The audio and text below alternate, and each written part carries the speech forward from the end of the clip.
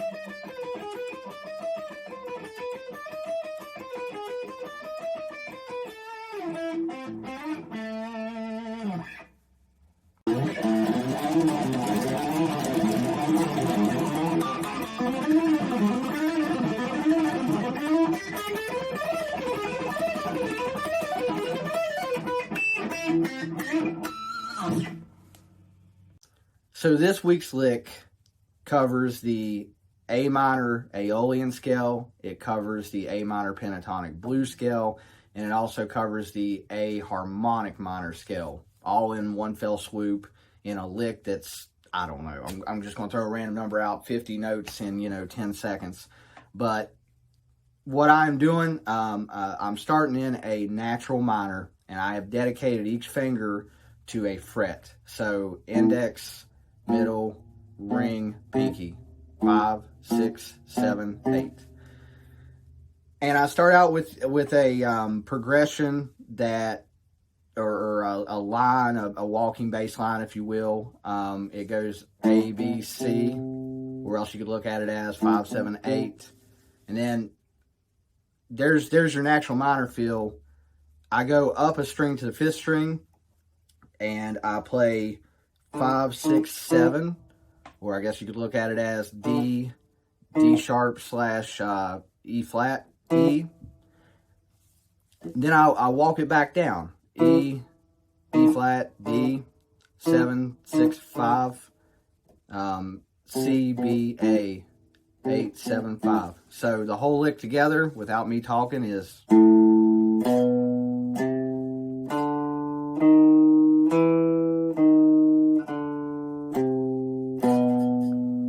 That brings us to where the lick starts over again. And this is where you kind of surprise your audience and throw in a little bit of spice, because instead of landing on the root note of A, or instead of landing on the expected G, because everybody thinks that you're in natural minor at this point, you're landing on the harmonic minor raised seventh, which I guess technically would be a G sharp.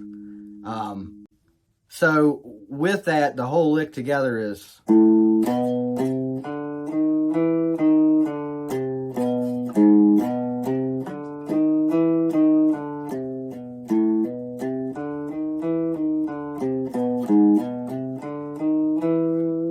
And then, after having followed that, you're going to play with the scales that you're going in between. Because instead of walking it back down on that fourth time, when you get to, you're going to go, and this is down picked. This is the only part that gets down picked continually. It's going to go technically G, G sharp, A. But realistically, you know, fourth string, 5, 6, 7. And it's very important to note that I'm using the index on all three. This brings you, and I want to throw in a little bit of algebra here, A plus 2 plus 2 equals O. So if we set the value of A at the 5th fret, 6th string, I can add 2 frets, which brings it up to 7, and I can add 2 strings, which brings it from the E string to the D string, and I've got my octave. Always on the lower strings, B being the only exception, or second string being the only exception. So you could actually octave this lick and...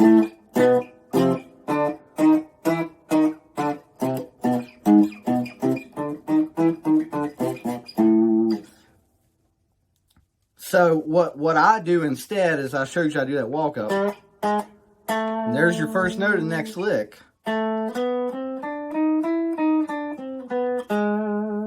Same notes, so you're going 4th string, 7, 9, 10, 3rd string, 7, 8, 9, 8, 7, and then you're coming back to 4th string, 10, 9, 7, 6, 6, because you're throwing in a harmonic minor. And if you notice, it's the exact same finger pattern again. I have set or dedicated a finger to each fret. All I've done is move that up 2 strings and 2 frets, because the guitar, thankfully, is a symmetrical instrument. With that, though, I will note that I am using my index to reach down to that 4th, to reach down to that 6th. So altogether, it's...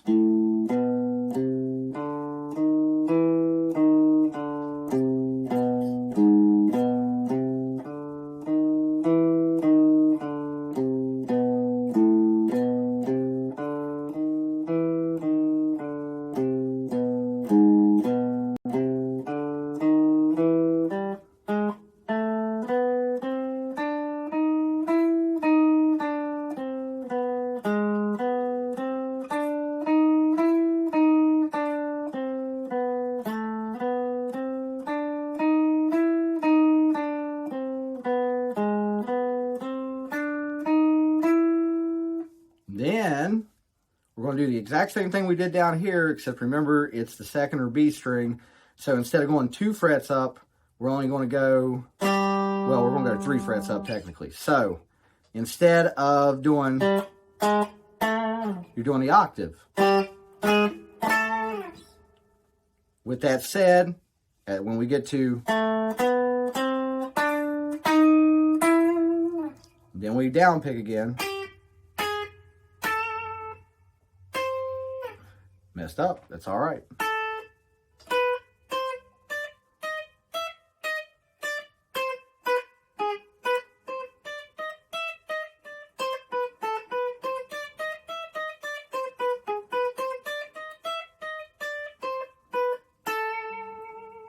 And if you notice, I end on the first note instead of the last note. So it kind of resolves the phrase at that point.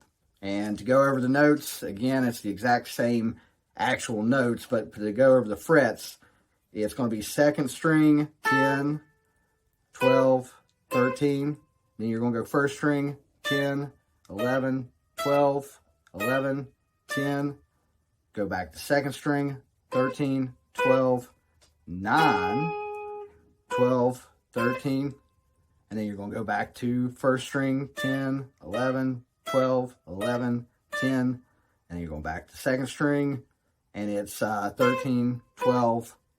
And that last time you're landing on that, it's an A, but it's 10th fret, second string. Then what I do to kind of give that extra little encore zazz, if you will, I kind of walk down an A minor and throw in a flat fifth of the blues scale to kind of give it a last minute diminished feel before it resolves. So second string, 5th fret, which is E. Third string, 5th fret, which is C. And then I slide up to 8th fret, which is, make sure I'm telling you right here. Yep. It is D sharp. And then I hit the 7th fret, 4th string, which is your A. So if you look at it realistically, you've got an A minor progression. I'm just adding tension at the last second going.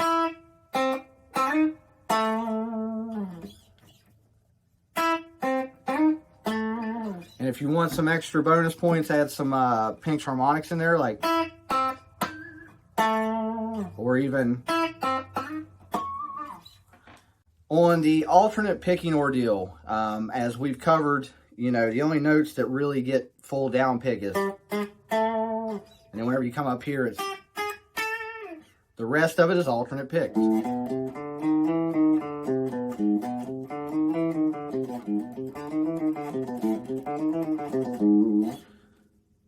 Take your time. Don't rush it. I remember early in lessons that I would rush through alternate picking, and it took me years to compensate for the bad habits that I had made. Take your time. Set a metronome to whatever feels comfortable, probably even 5 beats per minute lower than what feels comfortable. It's boring. You're sitting there going,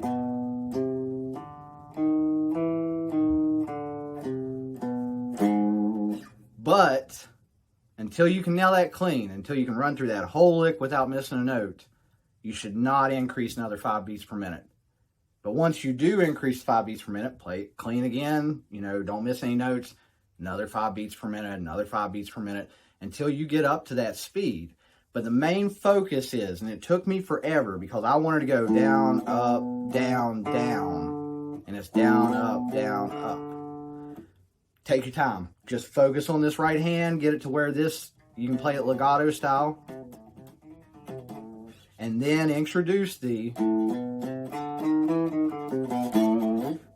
pay very close attention to that right hand. It will do you wonders later on, not only with my licks, but licks that you want to take on from your artists or favorite artists.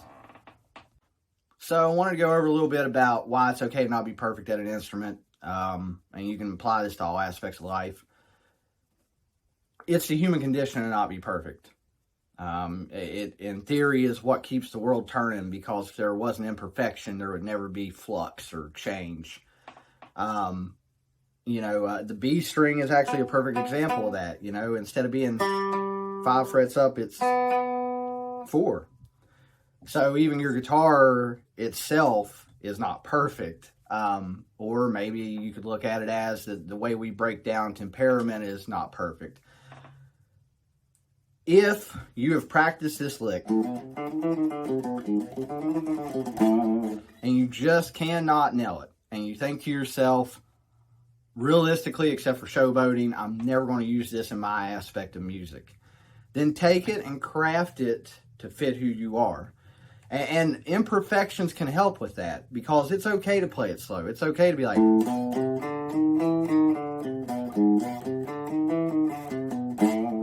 as long as it's fun and as long as it sounds right to you. And sometimes the best licks I come up with are pure mistakes, or what I define as my own best licks. Maybe I'm sitting around watching TV, zoned off in space and just going through the motions. And maybe instead of reaching the 4th fret, like we had been in that lick, I accidentally hit 2nd. And I'm like, wow, I could actually use that,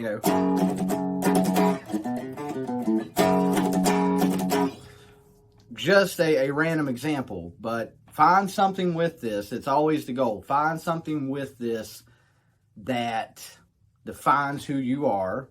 Run with it. Make it better.